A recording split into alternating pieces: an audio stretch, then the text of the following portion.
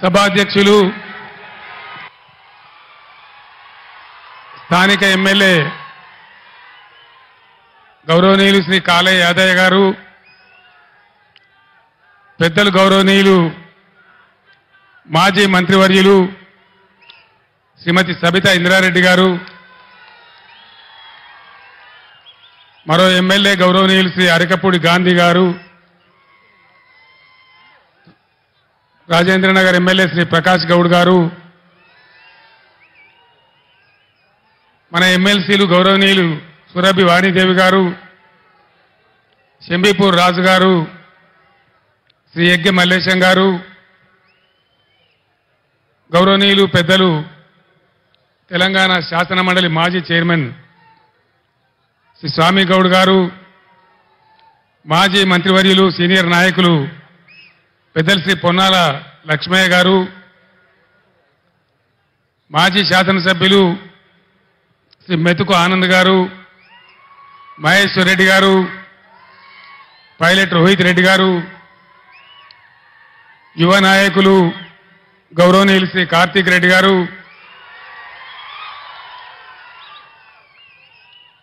వేదికను అలంకరించిన పెద్దలు, మీ అందరి అభిమానంతో కాబోయే చేవెళ్ల ఎంపీ శ్రీ కాసాని గానేశ్వర్ గారు,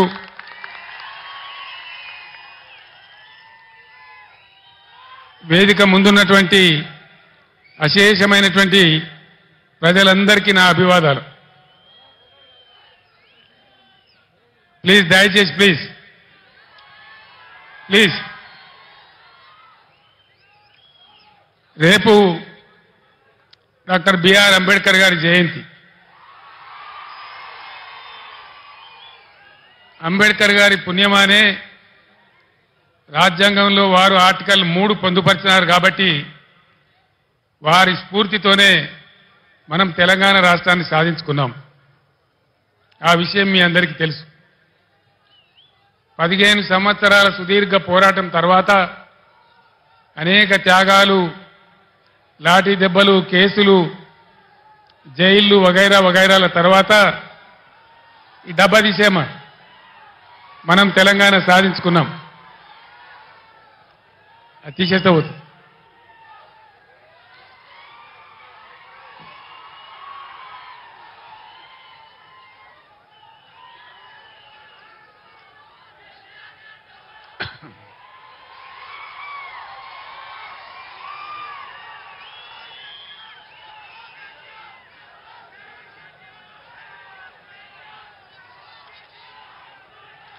ఈ సందర్భంగా మనందరి పక్షాన,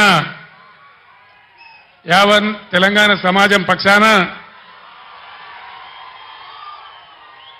నేను తెలంగాణ రాష్ట్ర ప్రజల పక్షాన అంబేద్కర్ గారికి హృదయపూర్వకమైన నా నివాళి అర్పిస్తా ఉన్నాను. అది మామూలుగా ఉండకూడదని, ఈ భారతదేశంలోనే ఎక్కడ లేనంత సమున్నతమైన గౌరవాన్ని అంబేద్కర్ గారికి ఇవ్వాలని మనం 2 పనులు చేసినాం. 125 ఫీట్ల అంబేద్కర్ గారి విగ్రహాన్ని హైదరాబాద్లో నెలకొల్పి దేశానికే సమున్నతమైనటువంటి గౌరవం వచ్చే విధంగా ఒక మంచి పని మనం చేసుకున్నాం. అంతేకాదు, ఇప్పటి వరకు స్వతంత్రం వచ్చిన ఈ 75 ఏళ్లలో ఏ రాష్ట్రంలో ఎవరు కూడా చేయనటువంటి పని మన రాష్ట్ర సెక్రటేరియట్కే డాక్టర్ బిఆర్ అంబేద్కర్ సెక్రటేరియట్ అని కూడా మనం పేరు పెట్టుకున్నాం. ఇది మనం ఆ మహనీయునికి అర్పించినటువంటి నివాళి.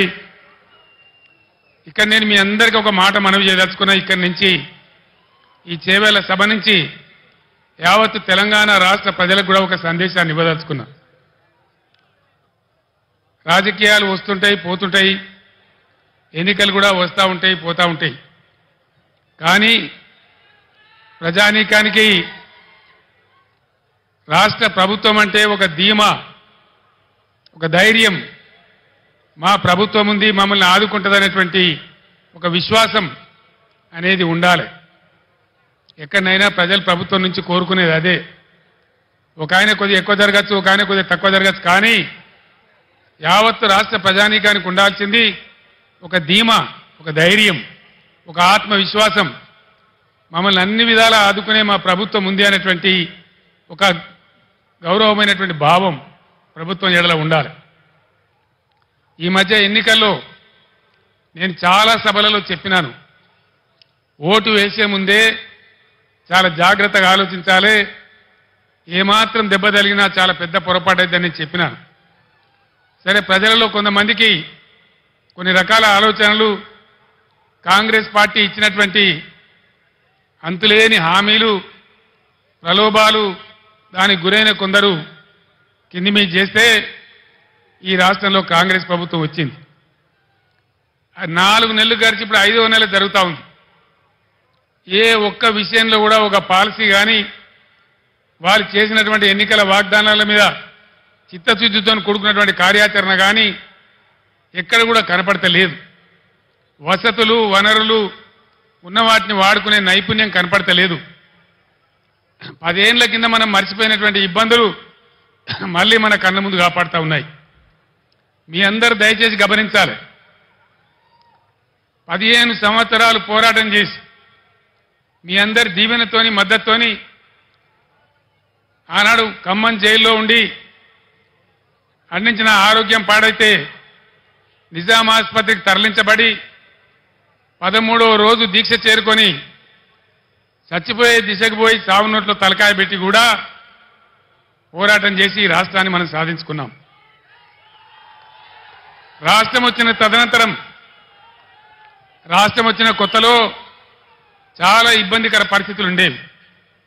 కరెంటు కోతలు, కాలిపోయే మోటార్లు, పేలిపోయే ట్రాన్స్ఫార్మర్లు, అందని సాగునీళ్లు, మంచినీళ్లు, చాలా ఇబ్బందులలో తెలంగాణ రైతాంగం చెట్టుకోవలు గుట్టకోవలు ఉన్నటువంటి పరిస్థితి ఉండేది.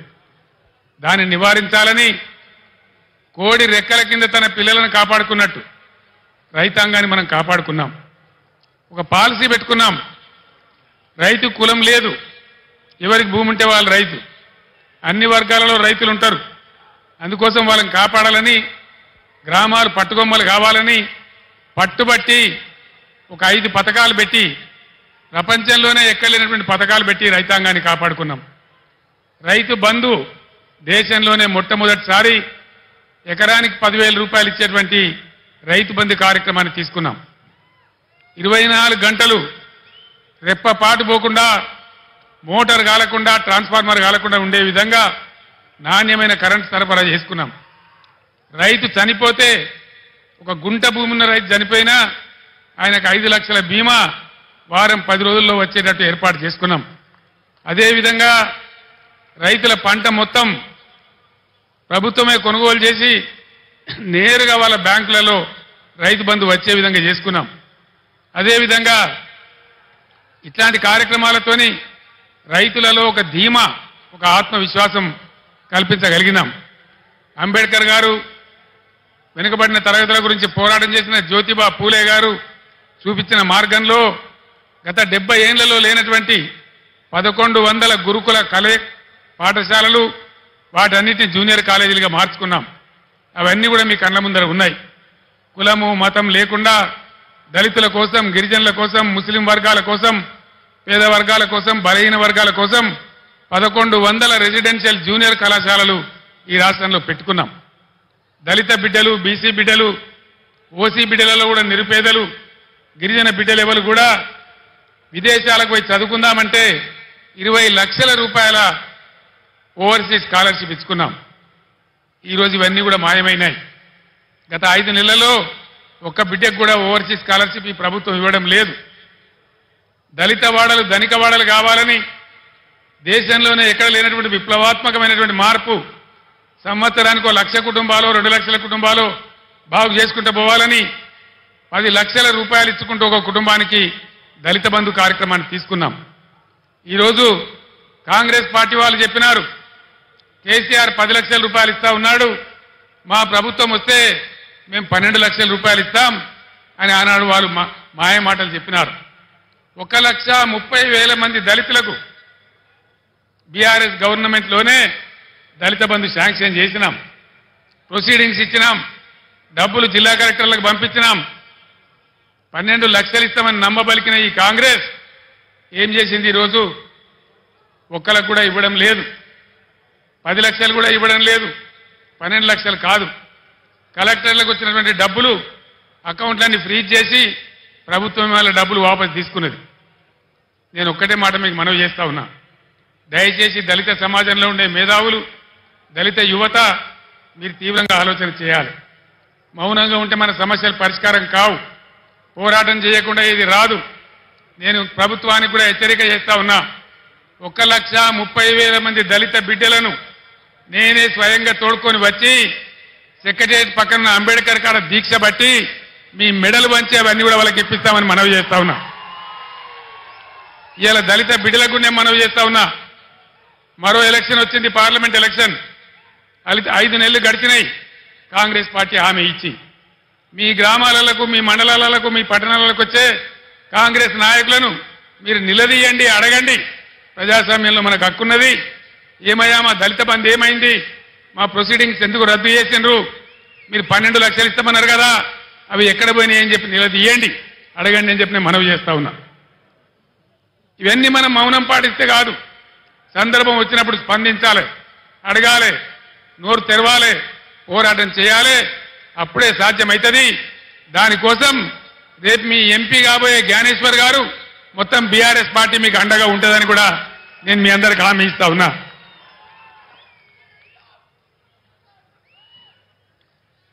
గురుకులాలు పెడితే ఆర్ఎస్ ప్రవీణ్ కుమార్ గారు వాటిని అద్భుతంగా నడిపిస్తే 100,000 మంది పిల్లలకు ఐఐటీలో, ఐఐఎంలో, మెడిసిన్లో, ఇంజనీరింగ్లో సీట్లు వచ్చినాయి. వేలాది మంది దళిత, గిరిజన, బలహీన వర్గాల బిడ్డలు ఓవర్సీస్ స్కాలర్షిప్ తీసుకొని విదేశాలలో విద్య కూడా చేస్తా ఉన్నారు. కులము, మతము ప్రసక్తి లేకుండా కళ్యాణ లక్ష్మి ఇచ్చినాం. ఈ ప్రభుత్వం ఏం చేసింది? కాంగ్రెస్ పార్టీ ఏం హామీ ఇచ్చింది? కేసీఆర్ ₹1,00,000 ఇస్తా ఉన్నాడు, మా ప్రభుత్వం వస్తే తులం బంగారం కూడా కల్పిస్తామని చెప్పినారు. యాడికి పోయింది తులం బంగారం? నేను మొన్న సిరిసిల్లలో కూడా అడిగినాను, తులం బంగారం కొందామంటే మార్కెట్లో దొరకలేదా ఈ ప్రభుత్వానికి? ఇది ప్రజలను మోసం చేయడం కాదా? దయచేసి మీరు ఆలోచించాలని చెప్పి నేను కోరుతా ఉన్నా. అదేవిధంగా కులము, మతము అనకుండా కుల వృత్తుల మీద ఆధారపడ్డ బిడ్డలు, గొల్ల కుర్మలకు గొర్రెలను ఇచ్చినాం, ముదిరాజుల గంగపుత్రుల కోసం 100 కోట్ల రూపాయలు పెట్టి చేప పిల్లలు పెంచినాం, చేనేత కార్మికులకు పని కల్పించినాం, సబ్సిడీలు ఇచ్చినాం. గౌడ కులస్తులకు చరిత్రలోనే ఏ ప్రభుత్వం చేయనటువంటి పని చేసి చెట్ల మీద ఉండే రకాన్ని 100కు 100% రద్దు చేసినాం. ఈ విధంగా బలహీన వర్గాలకు బ్రహ్మాండమైన సహాయం చేసినాం. బీసీ బంధు పెట్టి బలహీన వర్గాల వాళ్ళను ఆదుకున్నాం. వీటన్నిటికీ ఇప్పుడున్న కాంగ్రెస్ ప్రభుత్వం కొనసాగిస్తుందా? శటగోపం పెట్టిందా? వాళ్ళ పాలసీ ఏంది? దయచేసి మీరు ఎన్నికల్లో కాంగ్రెస్ నాయకులను నిలదీయాలని చెప్పి నేను కూడా ఈరోజు కాంగ్రెస్ పార్టీని ప్రశ్నిస్తా ఉన్నా. ఈరోజు మీరందరూ కూడా గమనించాలి. ఒక్క మాట నాకు అర్థమైతలేదు. 11 సంవత్సరాల క్రితం చాలా దారుణమైన పరిస్థితి ఉండేది.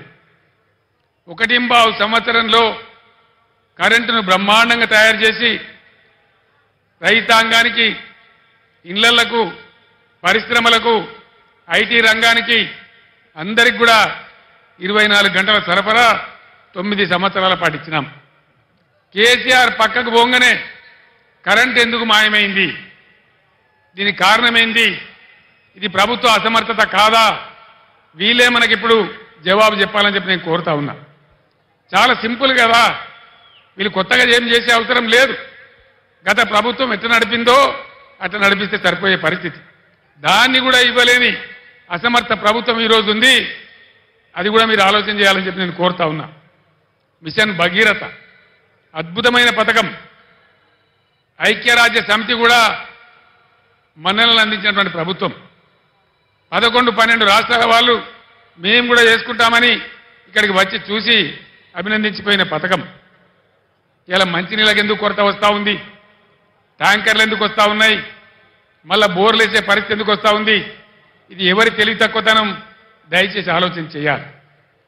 కొత్తవి రాకపోయినా ఉన్నాయి ఊడగొడతా ఉన్నారు.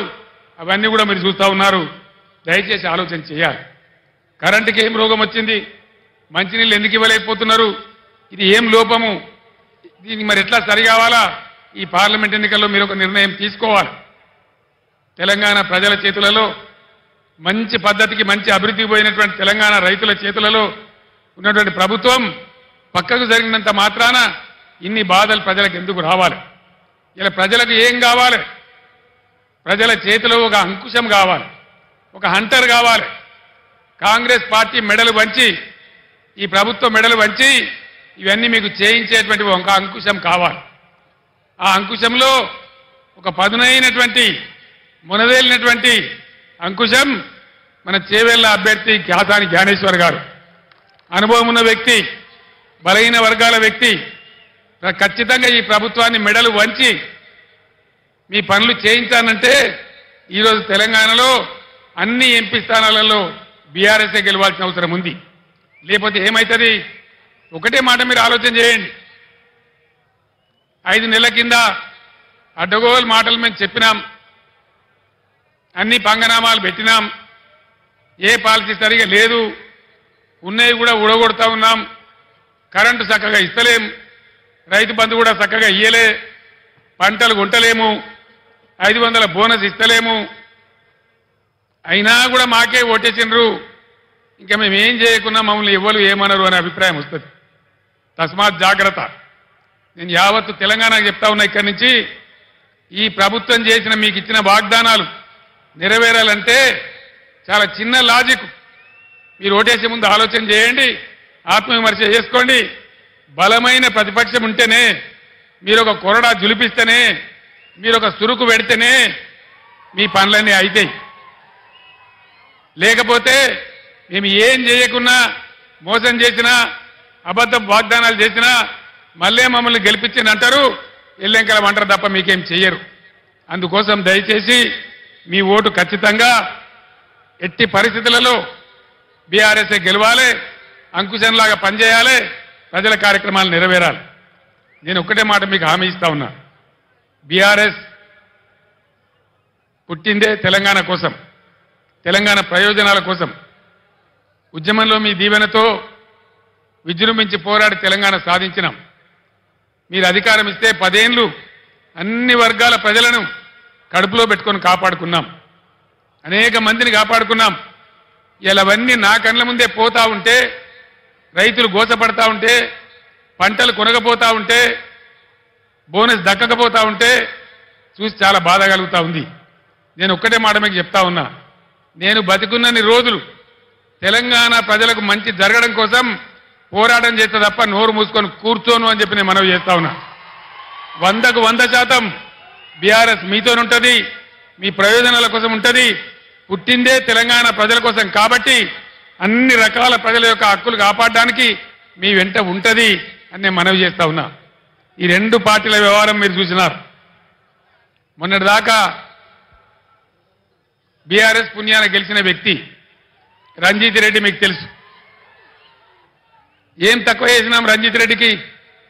ఎంపీ టికెట్ ఇవ్వలేదా, గౌరవించలేదా, గెలిపించలేదా అని నేనే వచ్చి ప్రార్థిస్తే మీరే ఓటేయలేదా? ఇలా ఎందుకు పార్టీ మారిండు రంజిత్ రెడ్డి? దేనికోసం మారిండు? ఆయన మన పొద్దుతిరుగుడు పువ్వా?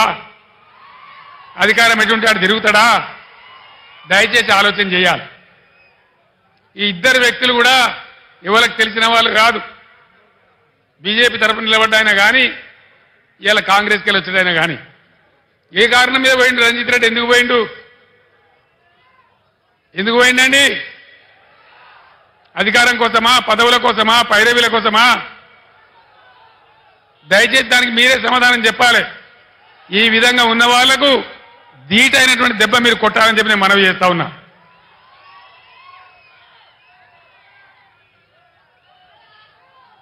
కాంగ్రెస్ పార్టీ చెప్పింది అన్ని పంటలు కొంటాం, ప్రతి పంటకు బోనస్ ఇస్తాం, జొన్నలు కొంటాం, కందులు కొంటాం, వడ్లు కొంటాం, మక్కలు కొంటాం అని చెప్పినారు. వానకాలం పంటలకు ఏ కానీ ఇయ్యలే. ఇలా యాసంగి కూడా కొనుగోలు స్టార్ట్ అయినాయి. ఇస్తారా, ఇయ్యరా? ఇయ్యకపోతే ఊకుందామా? యుద్ధం చేద్దామా? యుద్ధం 2 రకాలుగా చేయాలి. పంట కొనుగోలు కేంద్రాలు అక్కడ చేయాలి. అక్కడ స్పందన రాకపోతే 500 రూపాయలు కట్టియకపోతే ఓట్ల డబ్బాలు గుద్దుడు గుద్దితే డిపాజిట్ రాకుండా ఓడగొట్టాలి. బిడ్డ నువ్వు ఇస్తాను మోసం చేస్తే ఊకోము, నీకు తగిన గుణపాఠం చెప్తాం మేమన్నటువంటి బుద్ధి చెప్పాల్సినటువంటి అవసరం ఉంది. ఎన్ని వాగ్దానాలు చేసినారండి? 420 వాగ్దానాలు చేసినారు. ఆడపిల్లలకు స్కూటీలు కొనిస్తామన్నారు. స్కూటీలు ఎక్కడ పోయా స్కూటీలు? దాని ప్రతిపాదన ఉందా? స్కూటీలు లేవు కానీ రాష్ట్రంలో లూటీలు మాత్రం జోరుగా చేస్తా ఉన్నారు. భయంకరమైన లూటీ మొదలుపెట్టినారు. హైదరాబాద్తో సహా కేసీఆర్ గవర్నమెంట్ ఉన్నప్పుడు రంగారెడ్డి జిల్లాలో, మేడ్చల్ జిల్లాలో, మల్కాజిగిరి జిల్లాలో, యావత్తు తెలంగాణ వ్యాప్తంగా భూముల ధరలు ఎట్లా ఉండే, ఇలా భూముల ధరలు ఎక్కడికి పోయినాయి? రియల్ ఎస్టేట్ ఎందుకు ఆగిపోయింది?